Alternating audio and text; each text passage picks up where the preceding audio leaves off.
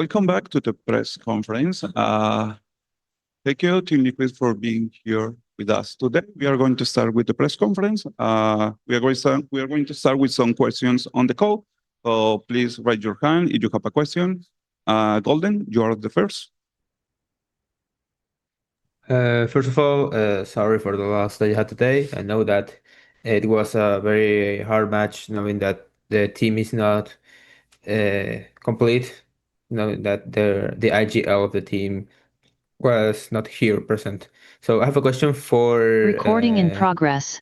for Patitech. And his question is, we saw that in the sunset, you were doing some calls because that was the VCT stream show that you were saying, okay, now we throw this smoke here, now you have to throw the cipher cage here. So you were, I don't know if you can confirm this, but you were the IGL in this match for the Team Liquid? No, I wasn't. I was only for the sunset. I think for Icebox and Haven, everyone was calling and everyone was chipping ideas. But on sunset, I just took over because I saw some opportunities. I saw some plays that could have been made. So I just started calling, and that's it pretty much. Thank you so much. Next question is from Rasur. Hi, this is a question from the VALORANT competitive community. To Penny, how does it feel like to play Masters in front of your home crowd in Canada? I mean, I definitely hear a bunch of support from the crowd going up and on the stage. Honestly, it's a pretty surreal feeling. Being one of two Canadians to play on the stage. And yeah, I mean, I think that map 2 performance was something to be proud of. And like we talked about backstage, we're still not out of the tournament, so we can hopefully build off that. Thank you. Thank you so much. Next question is from Shobi. Yeah. 1 second, my mouse is glitchy. If you want to go to the next person. Okay, cool. Next question is from Chitaku. Okay, can you hear me? Yep. Yep. Okay, first for all, I lost sorry for the last, and I'm Shitaku from Universo Valorant. My question is for Seriel. Seriel, Yep. this is your first international stage before you play in Rising Spain. So my question is, how did you notice the difference between playing in the Spain Racing and playing in the Master? I mean, the difference is massive. That's quite easy to understand, but I think the main factor is just everybody kind of has a different drive from the game and way more motivation, and the skill ceiling in both mechanically and just, I mean, every player is just incredibly better, and it's not taking anything away from tier 2 or Spain or anything like that. It's just there's an obvious jump, in my opinion, but yeah. Okay. Thank you so much, and good luck in the next match. Thank you. Thank you. Next question is from Pedro. Yes. Hello, guys. First off, commiserations on the loss. Hopefully, you guys can bounce back in your next opportunity in this competition. I'm going to send this one over to Penny for my question. I want to ask you just sort of real quick about the process and the timeline, getting a much more deeper into that.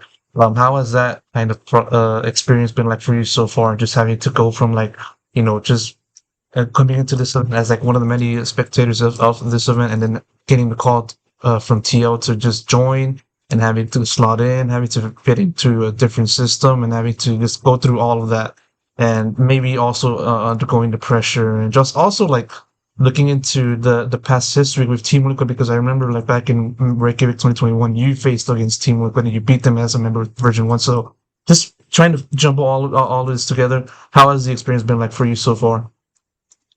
Well, we've actually only been here together for 4 days, and out of those 4 days, we've only had 2 days to play together. So we've had about 6 games total in scrims to play. So obviously, I mean, you can't have the highest expectations when we're meeting each other for the first time, playing together for the first time. We don't know each other, and the roles are just like kind I mean, it is what it is. Like Nats is like a big player, plays a completely different role than me. He's IGL. I'm not an IGL, and so there's a lot to take into account. But the boys have been super friendly. I feel like a part of the team. Honestly, they're super great, and yeah, I'm thankful to be up here with them. Thank you so much. Next question is from Jorge. Hi. A question for anyone on the team. I want to know what you think of Bilibili Gaming style of play.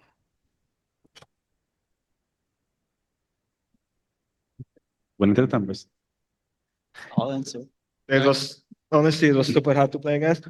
I don't think we ever faced a team with this kind of playstyle. Like I don't think we ever placed a team that legit catches a timing almost every round and works every round. So it was hard for us to read it and kind of adapt to it. Yeah, I think that's why we struggled the most as well. Thanks so much. Next question is from Jeffrey. Can you hear me? Hello, can you hear me? Yeah, we can hear you, but a little low. Can you? Okay. Yeah, we can hear This you is better. Morgan. Okay. 这是 Morgan VALORANT Club，这是蒙内百科围棋编组，and this question is for the coach，这个问题给了教练。I will ask the question in Chinese first and then translate it into English。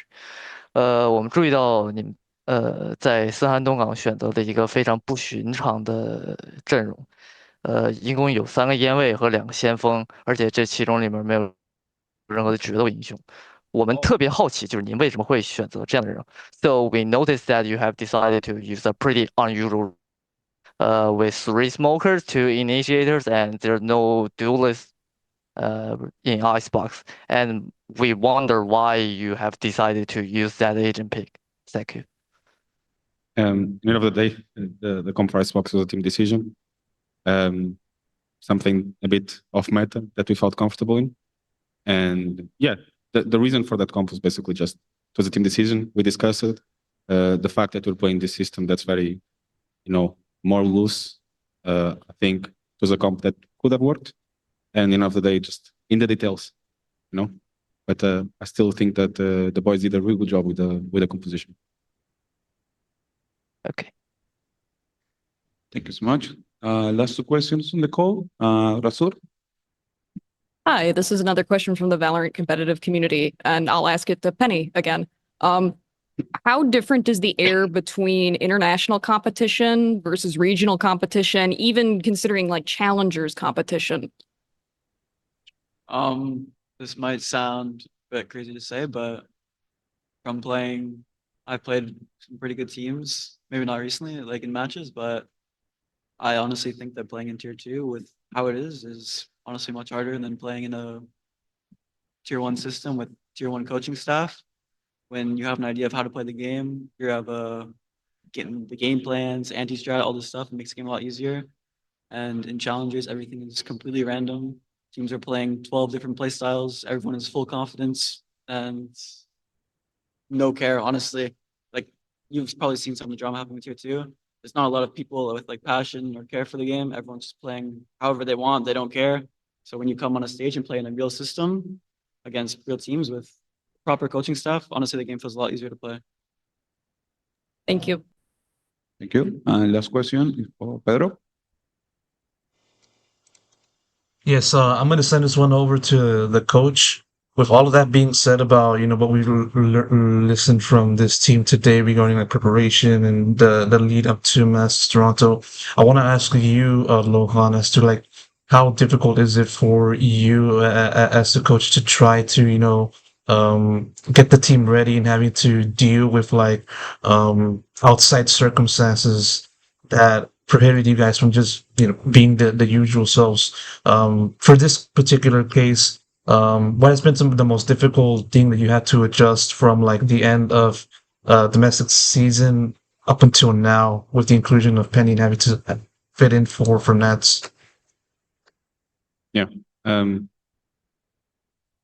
This is probably the hardest phase that went as a team. I mean, right now we are one of the teams, if not the team that plays the most maps in the world. A lot of intensity. Fact that we don't have IS here, the fact that we have 1 week of preparation for this patch. Doing the job that I'm doing right now, and me and Yao, right now it's the easiest actually, but still getting here in this situation was probably the hardest phase that we went through as a team. And we just need to accept the conditions that we are in, all the things that happen to us, and do our best and to adjust and take an approach into the game that allows these boys to shine still, which I still think they are doing a really, really good job, taking into consideration that the current circumstances of the team. Oh, thank you. Now we are going to take some questions here in the room. Hello, hello. Nerdscasts, independent, freelance from the United States. Sorry for the loss as always. This is going to start by being a question for Seriel, and then open up to everyone. First off, fire tattoo. I can see it from here. Awesome. Everyone gotta shout that out. But Seriel, I don't know if you've answered this before. What is your favorite cereal? I haven't answered it, and I mean, I don't know. I don't know if I'd be able to really give an answer. That it seems kind of boring, but even having some sort of resemblance to my name, maybe it's like I'm not really a cereal guy. But okay, let's go with the basic like cornflakes. Okay. That's probably what I would. If anyone else has a Exactly. cereal that they like, I guess it'd just be funny. You know, Vector? Vector? Yeah, That's a cereal? it is. Yeah. Oh, well, fair enough. I don't know if If you're a cereal guy, you should give it a try. I'm gonna try it. I'm from the States, unfortunately. Oh, Well, you're here right now, and they have Vector. I have to. All right, thank you guys. Thank you. Awesome. Hello, my name's Shio from Canada, just right down the street, just like Rubish behind me. This is a question for the coach. When it comes to players like YZ, Rarga, Icebox, like very duelist-centric teams, how much of prep is more so for the team and like counter-attacking or counter-stratting a team that has such a spearheaded composition or player that really you want to shut down before they start up? Yeah, our preparation is always taking into consideration the players or the teams that we're playing against. If we feel there's a need to avoid certain player or something like that, obviously we could take that into consideration. But our preparation, it's not always a one-to-one. We keep adapting depending on the teams that we're playing against. And yeah, that's it. Awesome. And then a follow-up as well, just for today, because we saw it a couple of times. When it comes to 2 timeouts in 1 half, what makes you press that red button to like really go for that second timeout really early and then trust the team to keep the vibes, keep the strats and you know, the comebacks up to themselves for the second half? Honestly, I trust the players that I have, and I trust they can have the reads needed for any situation. For that situation specifically, if I feel the need to pause twice in a side, I'll always do it. Sometimes can be strategical, sometimes can be to just bring the team up a bit. But yeah, at the end of the day, I always trust that the boys can have the reads needed to come back into the game. Awesome. Thank you so much. Hey, how you doing? It's Rubish, Ravish. As I always said, I'm like right outside, bro. I live right there, man. So just real quick question for Penny. Firstly, man, really cool to see you back up here again, bro. Also, you look jacked. But appreciate it. Of course, man. You're welcome, bro. No wonder you back here, bro. I get it. So what I want to understand is, look, you've played in a lot of different teams with some massive personalities and some different ones, right? I want to compare directly back to V1, you know, back when you guys had Effie's, Zelsa's Banner, and so on, like, who were, you know, very loud and interesting people. And I want to see how those very fascinating personalities compare to the ones that you have here beside you. I mean, honestly, there's a lot of similarities. Really? And yeah, personalities are quite similar between the two, and it's been a lot of fun being here with them, like with the boys right here. It's kind of honestly gonna throw back to those days, to be honest. Love that. It's nice to have fun on the stage again. Love that. Appreciate it, man. Thank you. Yeah, Cheers, thank guys. Oh, okay. Thank you guys for being here, and we can give them an applause. Thank you. Yep. Thank you. Thank you. Thank you. Thank you.